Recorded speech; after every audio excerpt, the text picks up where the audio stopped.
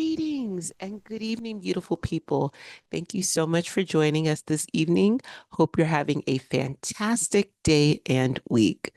Welcome to our live weekly YouTube readings of the final report of the California Reparations Task Force right here on the CJEC YouTube channel.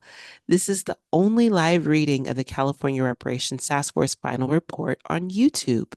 The final report of the First in the Nation California Reparations Task Force is one of, if not the most important government reports about the Black American community since the 1960s.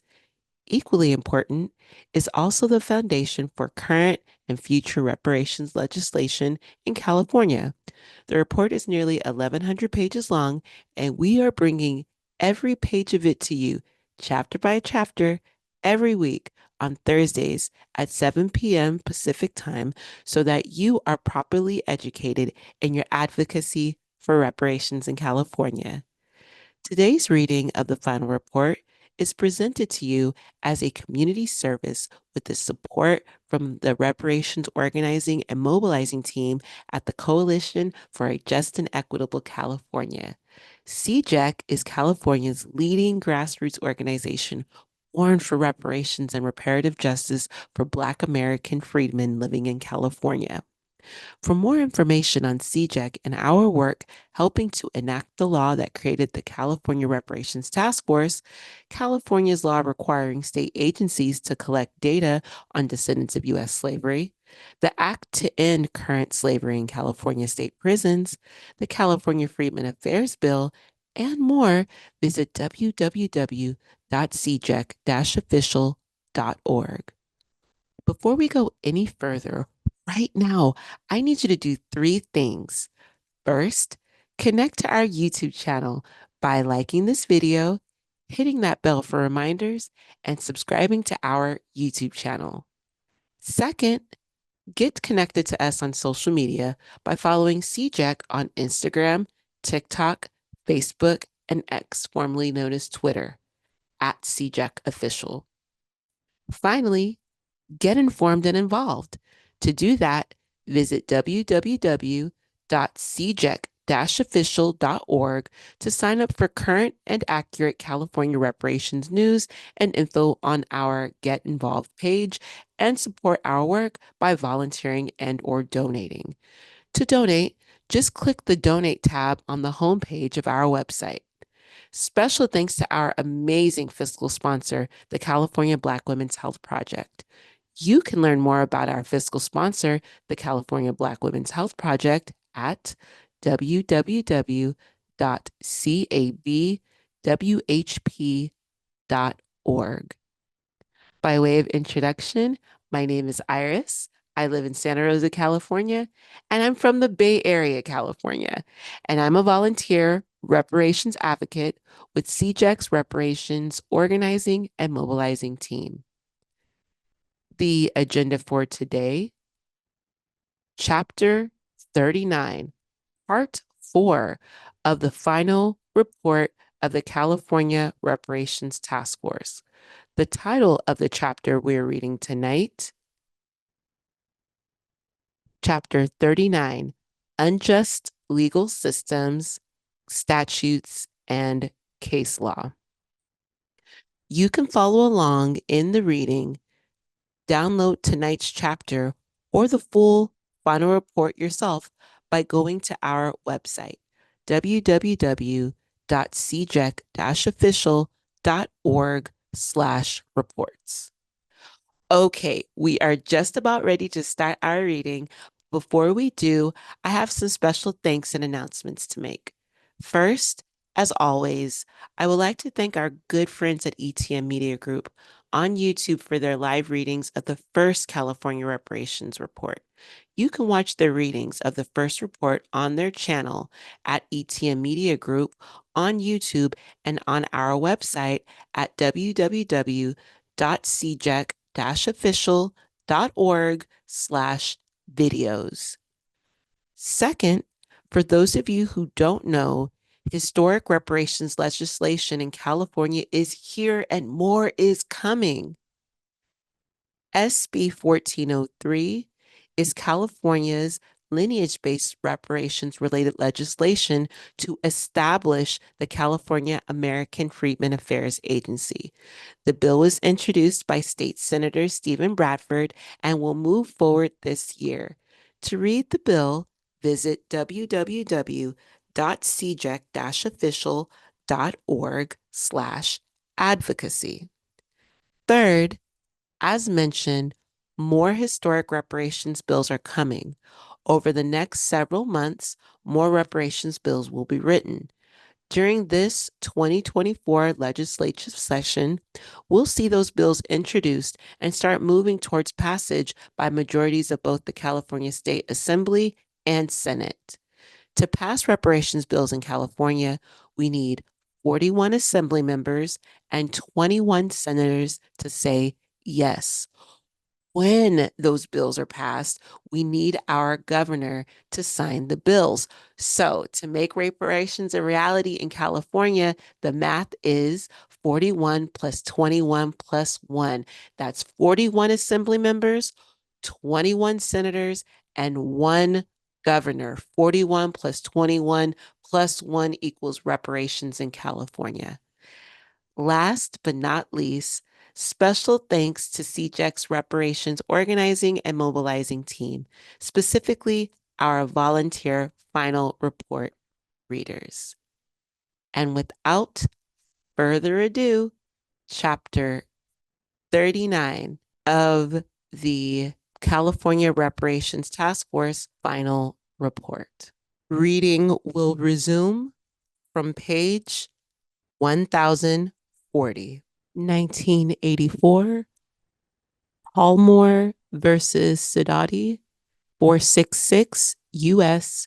429. Summary of facts and issues.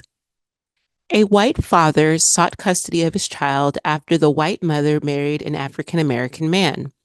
The trial court granted the father custody, claiming the child could experience a damaging impact from living in a racially mixed household. The mother appealed. Impact of ruling. The U.S. Supreme Court held that the effects of racial prejudice cannot be considered during a custody proceeding because it violates the Equal Protection Clause. 1986. Batson versus Kentucky, 476 U.S. 79. Summary of facts and issues. During the criminal trial of an African American man, a prosecutor used his preemptory challenges to dismiss all African American jurors in the jury pool. After his conviction, the defendant appealed, arguing that the prosecutor's actions violated his 6th and 14th Amendment rights. Impact of ruling. The U.S. Supreme Court ruled that the Equal Protection Clause prohibits prosecutors from challenging potential jurors solely on the account of race or based on the assumption that African American jurors would, as a group, be unable to impartially consider the government's case against an African American defendant. Subsequent history. The court applied Batson in Hernandez versus New York, 1991, 500 U.S. 352, and ruled that petitioners must show discriminatory intent, not just impact, to demonstrate that prosecutors violated the Equal Protection Clause when using a preemptory challenge. 1978. Anderson versus Creighton, 483 U.S. 635. Summary of facts and issues. Respondents filed a case in state court against a Federal Bureau of Investigation (FBI) agent for damages after he conducted a warrantless search of their home. The FBI agent removed the case to federal court and argued that their Fourth Amendment civil liability claim was barred by qualified immunity. Impact of ruling.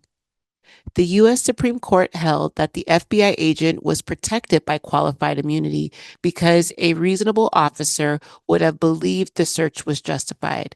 This ruling expanded the scope of qualified immunity to protect officials who conduct unlawful warrantless searches but reasonably believe their actions are legal. 1988, Felder versus Casey, 487 U.S. 131. Summary of facts and issues. In Milwaukee, a group of white police officers questioned an African American man, Felder. The questioning turned hostile and the police beat Felder. 9 months later, Felder brought a lawsuit against the officers pursuant to 42 U.S.C. Section 1983, alleging their conduct was racially motivated and violated his federal rights. The officers argued that a state law requiring a 120-day notice of the claim barred Felder from bringing the action. Impact of ruling. The U.S. Supreme Court ruled in favor of Felder and found that federal law preempted the Wisconsin notice of claim law, allowing him to file in state court.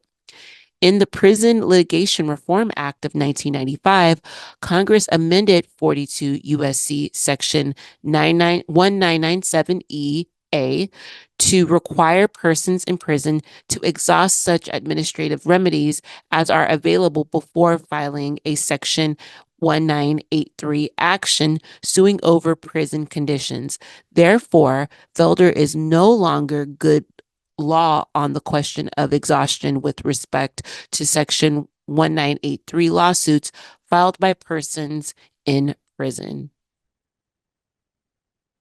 1991, Powers versus Ohio, 499 U.S. 400. Summary of facts and issues. Powers, a white defendant, objected under Batson versus Kentucky, 1967, 467 U.S. 79, when the state used preemptory challenges to remove 7 African American potential jurors from his trial jury. Impact of ruling. The court held that a defendant has a right to be tried by a jury that was selected by non-discriminatory criteria. Although the holding in Batson emphasized the common racial identity of the defendant and the dismissed protective juror, the court in this case held that the defendant's race was irrelevant to his standing to object to the discriminatory use of preemptory challenges. The Equal Protection Clause prohibits a prosecutor from using their preemptory challenges to exclude otherwise qualified and unbiased potential jurors solely because of their race. Section 2, Statutes and Case Law. 1879. Former Cal Constitution, Article 1, Section 18. Summary of provisions. Quote, neither slavery nor involuntary servitude, unless for the punishment of a crime, shall ever be tolerated in this state, unquote. Subsequent history. Section 18 was repealed November 5th, 1974. Article 1, Section 6, enacted in 1974, is similar to its original provisions and provides that, quote, slavery is prohibited, involuntary servitude is prohibited except to punish a crime, unquote. 1850, an act regulating marriages, Chapter 40, Section 3, April 22, 1850. Summary of provisions. Quote, all marriages of white persons with Negroes or mulattoes are declared to be illegal and void, unquote. An act concerning crimes and punishments, Chapter 99, Third Division, quote, who may be a witness in criminal cases, unquote. Section 14, April 16th, 1850. Summary of provisions. Quote, no Black or mulatto person or Indian shall be permitted to give evidence in favor of or against any white person.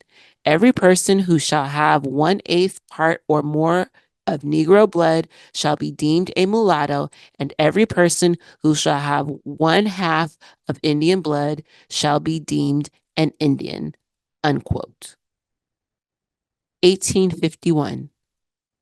Act for regulating proceedings in the court practices of the courts of the state of California, Section 394, Chapter 3, April 15th, 1851. Summary of provisions. Quote, persons having 1/2 or more of Negro blood shall not be witness in action or proceeding to which a white person is a party. Unquote. 1852, California Fugitive Slave Law, Book 33.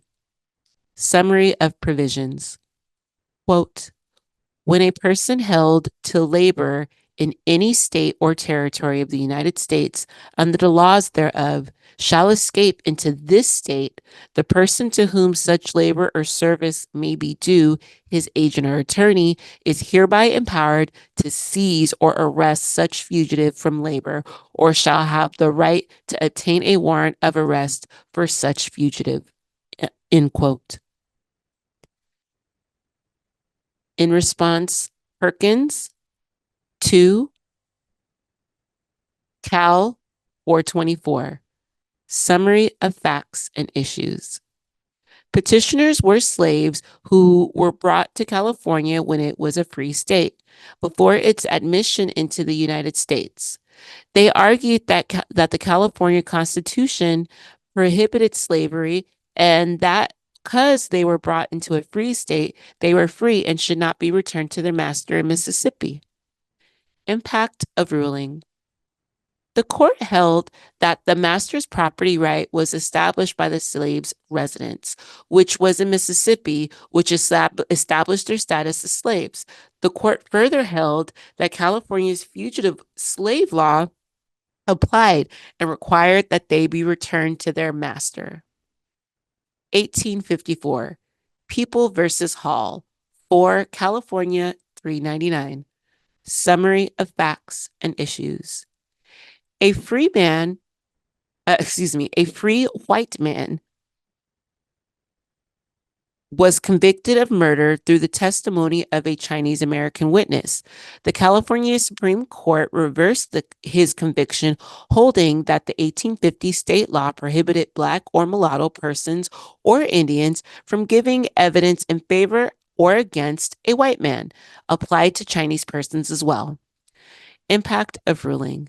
The California Supreme Court ruled the testimony was inadmissible and the witness incompetent, and that Chinese Americans were included in the statute since the intention of the legislature is clear, and if they would have included it by name and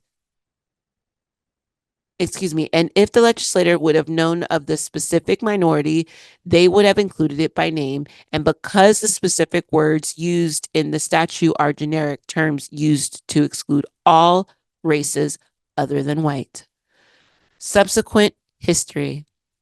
In People versus Elia, 1859, 14, California 144, 146, the California Supreme Court noted that, quote, we cannot presume that all persons having tawny skins and dark complexions are within the principle of Hall, and that the statute, end quote, and that the statute itself made it impossible to adopt any rule of exclusion based solely on color. Other factors, such as birthplace and parentage of a witness, may be needed. In that case, the witness whose testimony was sought to be excluded was from Turkey, whose population was mostly Caucasian. In People versus Howard, 1860, 17, California 63-64, while accepting the district attorney's argument that some crimes will go unpunished, the court held that pursuant to the crime,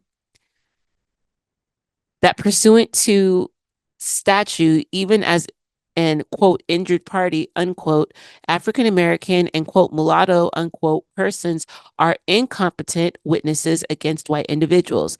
In posthumously admitting applicants to the California State Bar who were previously barred by the Federal Chinese Exclusion Act, the court in Re Chang 2015 60 California 4th 1169, 1172, 1175 found that denial violated equal protection and cited Hall as an example of previously upheld discriminatory laws and government action. 1858 in Re Archie 9 California 147. Summary of facts and issues. A Mississippi citizen petitioned the court for the recovery of his property, a 19-year-old African-American enslaved person, and argued that the 18th section of the Constitution of California that, quote, neither slavery nor involuntary servitude, except for the punishment of crimes, shall ever be tolerated in this state, unquote, could not be applied to non-California citizen, that Mississippi law should apply, and that the constitutional declaration was not enough without a penal code, remedies, or legislative action giving life to the proclamation. Impact of ruling. The court disagreed that the constitutional bar needed anything more to be effective. However, it also supported a citizen's federal right to travel between states with one's own property. Applied Mississippi law under the law of comity based on the length of time of the non-citizen in the state. And because this was the first case to come under this section, exempted plaintiff from a rigid enforcement, although the court stated that going forward, it would enforce the rules strictly. Subsequent history. Decided during the same term in Pleasance versus North B&M Railroad Co. 1868, 34 California 586, 589, the court reiterated the holding, requiring proof of special damages, malice, ill will, or wanton or violent conduct by defendant, in addition to statements such as, quote, we don't take colored people in cars, unquote. 1948, Hughes versus Superior Court 32, California 2D 850. Summary of facts and issues. Petitioners picketed a store, arguing that the store should have clerks more representative of the racial makeup of its customers, i.e., that there should be more African American store clerks. A preliminary injunction was subsequently issued, ordering them to stop picketing for that specific purpose. The petitioners were then found in contempt of court for willfully violating the preliminary injunction and sought to annul the judgment. The petitioners argued that the right to picket peacefully and truthfully is one of organized labor's lawful means of advertising its grievances to the public, and as such is guaranteed by the free speech clause of the Constitution. Impact of ruling. The California Supreme Court affirmed the lower court's injunction, stating that if the store yielded to that demand of its petitioners, its resultant hiring policy would have constituted, as to a proportion of its employees, quote, a closed shop and a closed union in favor of the Negro race, because race and color are inherent qualities which no degree of striving or of other qualifications for a particular job could meet. Those persons who are born with such qualities constitute among themselves a closed union which others cannot join, end quote. Specifically, the court held that the injunction in the case is limited to enjoining picketing for a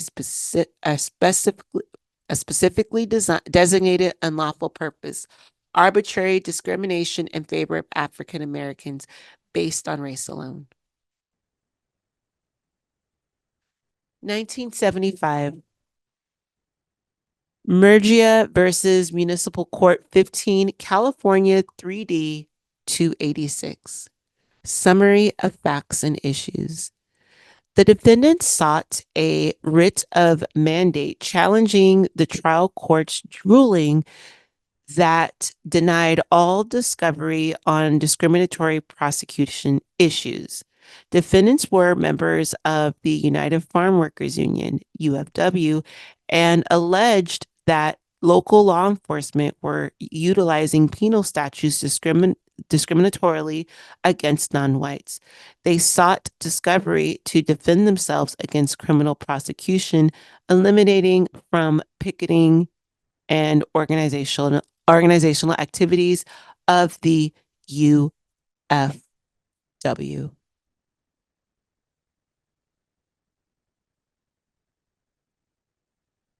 Impact of ruling.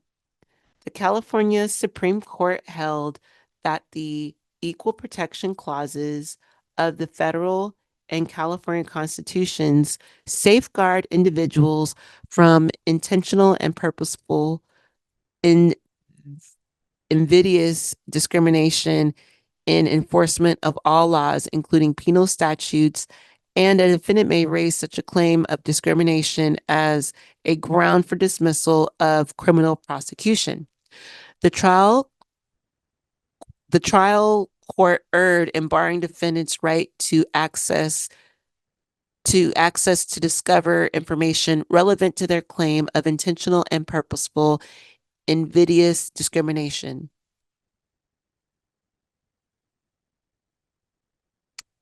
The quote plausible justification unquote standard held sway in California until 1990. Penal Code Section 1054, Subdivision E, took effect in 1990, and it prohibited any discovery in criminal case that was not expressly mandated by statute or required by the United States Constitution. 1978, People versus Wheeler, 22 Cal 3D 258. Summary of facts and issues. Defendants were two African American men convicted by an all-white jury of murdering a white grocery store owner in the course of a robbery. Although there were a number of African American people summoned to hear the case, called to the jury box, questioned on voir dire, and passed for cause, the prosecutor proceeded to strike every single African American from the jury by means of their preemptory challenges. The defendant's motions for mistrial were denied by the trial court. Impact of ruling. The California Supreme Court held that the use of preemptory challenges to remove prospective jurors on the sole ground of a group bias violates the right to trial by jury drawn from a respective cross-section of the community. The court further held that the trial court made a prejudicial error by not requiring the prosecutor to respond to the defendant's allegations of discrimination and in denying the defendant's motion for a mistrial without rebuttal, showing by the prosecution that the challenges were each predicated on the grounds of specific bias. 1979. People versus Allen, 23 Cal 3D 286. Summary of facts and issues. Defendants were African American men, were life prisoners who were convicted of fatally stabbing a white correctional officer and sentenced to death. Although the pool from which the jury was selected, including a broad cross section of racial and ethnic groups, the prosecutor used their preemptory challenges to exclude all 14 African Americans who were tentatively seated as either a regular or alternate juror. Impact of ruling. As the court in Wheeler established, preemptory challenges may not be used based on race alone. In this case, the prosecutor used preemptory challenges to remove 14 African American potential jury members from different genders and economic backgrounds, leaving race as the only other commonality.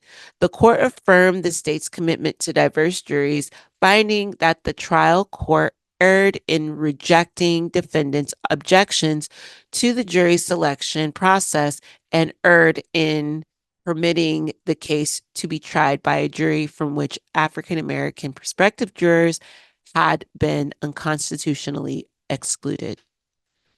People versus Boer, 24 Cal 3D 638. Summary of facts and issues. Officers noticed defendant Boer, a white man, in presence of African American men at night in a predominantly African American residential area. The officers stopped Bauer, and a search of his person revealed a concealed weapon, and Bauer was convicted for being a felon in possession of a concealable firearm. At trial, one officer testified that he had never, quote, observed a white person in the projects or around the projects on foot in the hours of darkness or for innocent purposes, unquote, to justify the stop and search. Impact of ruling. The California Supreme Court reversed Boer's conviction because his detention was not justified and the subsequent search was illegal. The court held that the motion to suppress should have been granted and determined that a white man in the presence of African American men in a predominantly African American neighborhood was not a valid reason to be detained. The Supreme Court further held that the other circumstances relied on by the officer in attempt to justify any event were insufficient additional circumstances to warrant the intrusion. Pre Proposition 8, California decisions such as Boer held that the lack of subjective suspicion may render a detention unlawful, requiring the suppression of evidence flowing from the detention. But following Prop 8, the analysis of such evidentiary issues must be conducted under federal law. 1983, People versus Hall, 35 Cal 3D 161. Summary of facts and issues. An African American defendant was convicted of aggravated assault and false imprisonment of a white woman after jury retrial. The first jury trial was declared a mistrial after the lone African American juror did not join the remainder of the jury in voting for guilty verdicts. During the voir dire of the jury at the retrial, the prosecutor used peremptory challenges to excuse at least 4 African American jurors. On 2 occasions, the defendant asked that the prosecutor be required to make a showing that no systematic exclusion of African American people was underway if any further preemptory challenges were used to exclude African American jurors. But the prosecutor declined and the court deferred the rulings. After a facially neutral explanation was eventually provided by the prosecutor, the judge accepted it and expressed a view that systematic exclusion of a class of potential jurors only when the prosecutor expressly states an intent to exclude all members of a class. Defendant's motion for a new trial was denied. He was convicted and subsequently appealed. Impact of ruling. The California Supreme Court reversed the conviction, concluding that the trial court failed to exercise its judgment to determine whether the prosecutor's use of preemptory challenges was for reasons relevant to the case before it or reflected a constitutionally impermissible group bias.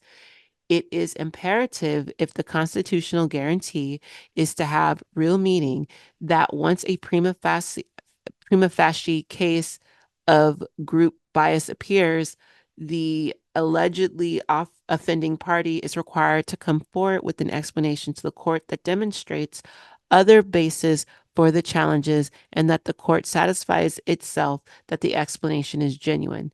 The Supreme Court explained that the record itself showed that the trial court made no serious attempt to evaluate the prosecutor's explanation, and the desperate treatment of excusing so many African American jurors demanded further inquiry on the part of the trial court. 1985, People versus Motion, 39 Cal 3D 596. Summary of facts and issues. Defendant appealed from a conviction for a second-degree murder. During jury selection, defense counsel objected that the prosecutor was exercising his preemptory challenges to exclude African Americans from the jury. 7 out of the 13 of the prosecutor's preemptory challenges were directed against African American people, leaving only one African American person on the jury. The trial court found that no prima facie case has been established and did not require the prosecutor to justify his challenges. Impact of ruling. The California Supreme Court found that the trial court committed reversible error per se in finding that the defendant did not present a prima facie showing and in failing to require the prosecutor to justify his challenges. The court also held that that African American people generally and African American women specifically are considered members of a quote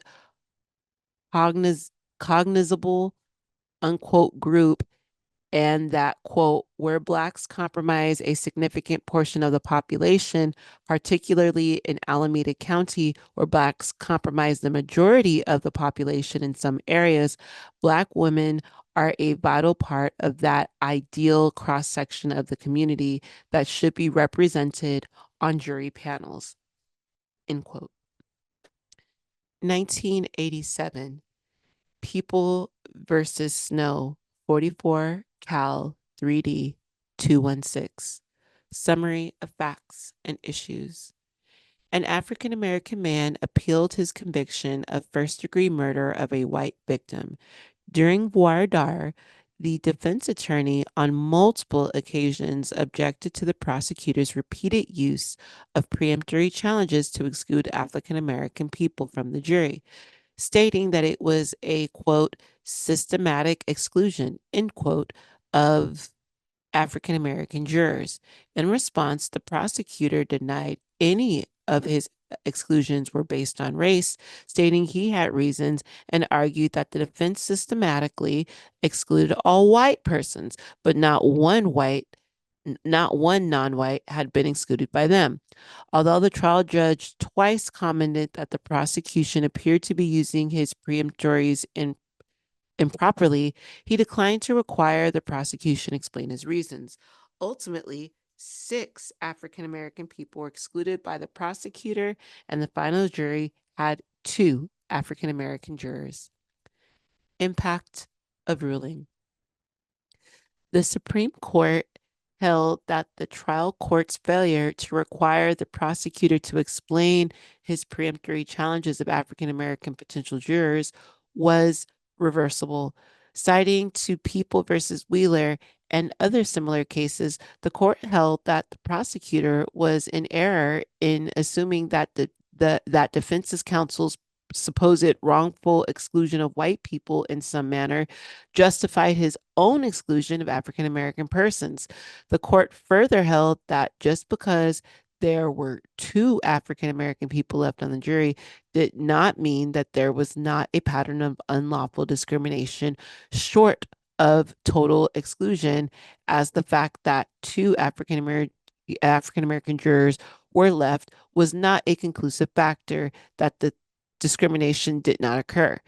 In a case where the trial judge himself expressed serious suspicions that the prosecutor was using some of his preemptory challenges to exclude African American people, the trial judge was obligated to conduct further inquiry of the prosecutor on the record.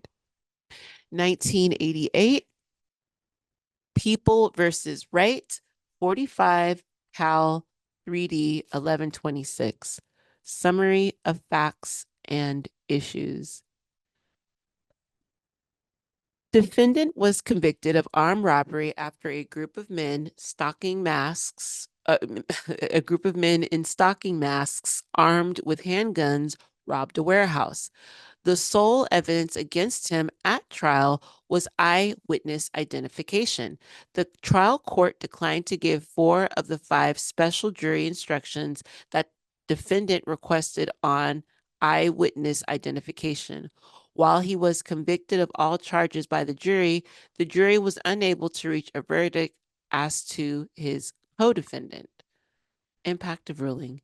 The California Supreme Court held that the trial correctly declined to give 4 of the 5 requested jury instructions.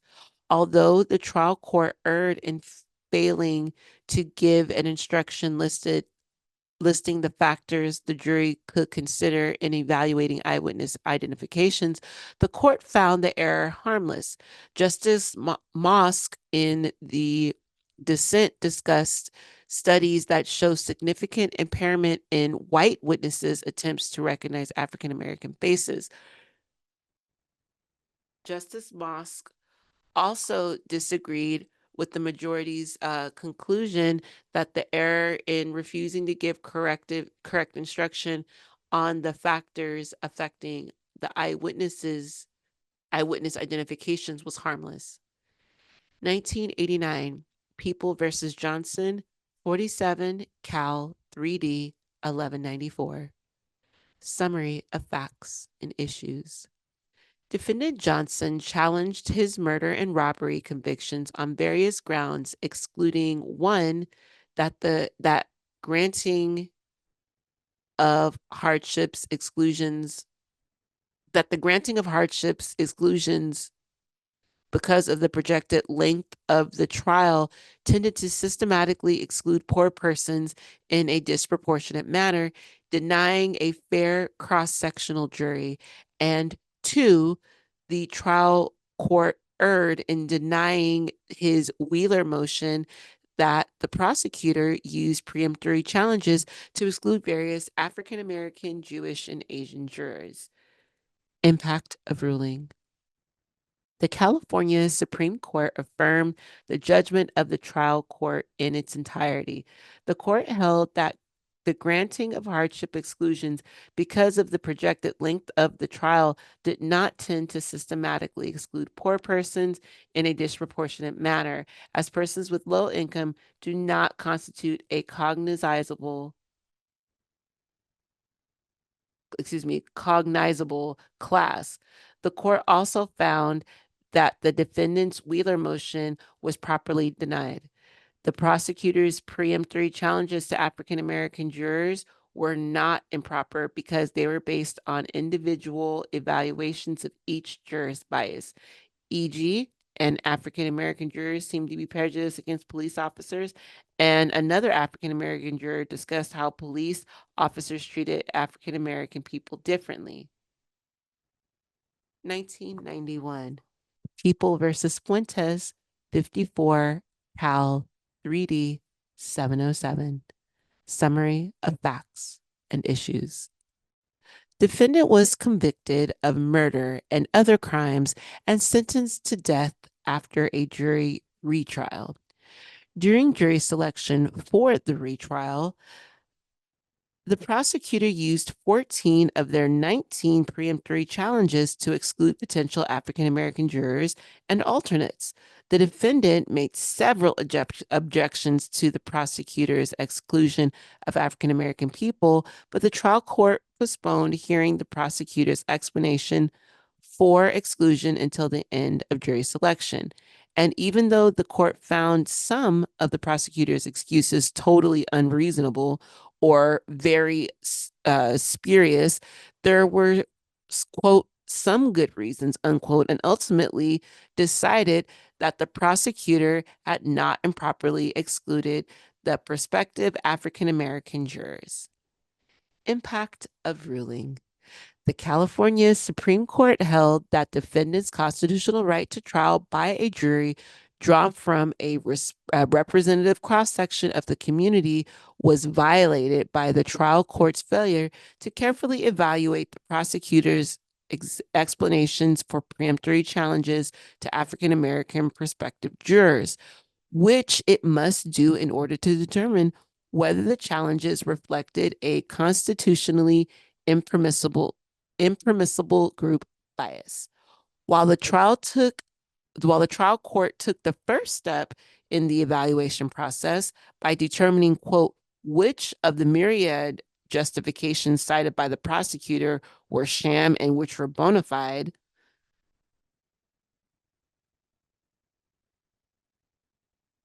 the trial court, quote, failed to take the next necessary step of asking whether the asserted reasons actually applied to the particular jurors from whom the prosecutor challenged, end quote. 1994, People versus Turner, 8, Cal, 4th, 137. Summary of facts and issues. Turner, an African American defendant, was convicted of murdering 2 white people after a jury retrial. After the first trial, Turner's conviction was reversed for a Wheeler error. In the second trial, Turner challenged the trial court's failure to grant his motion and recuse the same prosecutor in the first trial, whose failure was to adequately explain his use of preemptory challenges to African American prospective jurors, caused the reversal in the first trial, making the defendant unable to receive a fair trial if the jury is not drawn from a representative cross-section of the community.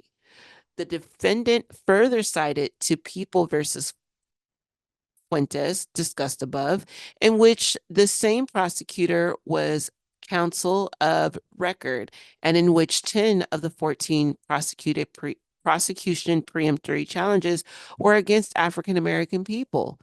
The defendant also challenged the trial court's ruling that the defendant did not make a prima facie showing of group bias in the prosecutor's use of preemptory challenges to excuse 3 African American jurors, and that regardless, the prosecutor provided adequate race neutral reasons for excusing them. Impact of ruling. The California Supreme Court held that the trial court acted within its discretion in denying the motion to recuse, finding that just because the prosecutor made a mistake at prior trial does not mean he should be subject to recusal at any subsequent trial. The trial court was within its discretion in impliedly concluding that the lack of adequate explanation in the first trial by the prosecutor did not mean he possessed, quote, a vendetta against Black defendants and Black jurors, unquote. Furthermore, the court's ruling in People versus Fuentes preceded the ruling in this case, the basis for which was the trial court's failure, not the prosecutor's misconduct, to determine whether the prosecutor asserted reasons to actually applied to the particular jurors challenged. 2013, People versus Harris, 57, Cal, 4th, 804. Summary of facts. and issues. Defendant was convicted of murder and other charges and was sentenced to death. He challenged the outcome on multiple bases. Among them was one, that the trial court violated his right to a fair trial by limiting race-related questions in the jury questionnaire and during voir dire. Two, that the trial court erred by denying his motion to allow counsel to conduct voir dire of each prospective juror individually and separately from the other prospective jurors because the cross-racial nature of the case was likely to evoke racial biases. And three, the prosecution unjustly removed prospective African-American jurors from using their preemptory challenges. Impact of ruling. As to the above bases, the California Supreme Court found that one, in light of the 9 questions the trial court permitted on racial bias and rejection of 5 other racial bias questions, which were duplicative, collateral, or phrased in a biased or non-neutral manner, the defense's opportunity to explore possible racial bias was sufficient. 2, the trial court did not abuse its discretion in denying defendants' request for individuals sequestered voir dire. Such sequestering is not constitutionally required, even in capital case and any sensitive matters, such as examining a juror's possible racial biases privately, could have been requested by the defendant. And 3, the defendant had not made a prima facie showing that the 2 challenges were based on race. The challenge of 1 or 2 jurors can rarely suggest a pattern of impermissible exclusion. Only 3 of the 69 prospective jurors were African American, and 1 of the 2 excused personally knew 8 of the witnesses and indicated in his questionnaire that he would be biased. People versus My, 57 Cal 4th, 986. Summary of facts and issues. Defendant Hung Than Mai was convicted of murder of a police officer and was sentenced to death. One of his various challenges was that his right to a jury drawn from a respective cross-section of the community was violated when the trial court erroneously denied his Wheeler objection to the prosecutor's use of preemptory challenges to excuse the only 3 African-American jurors of the jury pool for racially discriminatory reasons. Impact of ruling. The California Supreme Court concluded that substantial evidence supported the race-neutral reasons given by the prosecutor for his excusal of the 3 prospective jurors.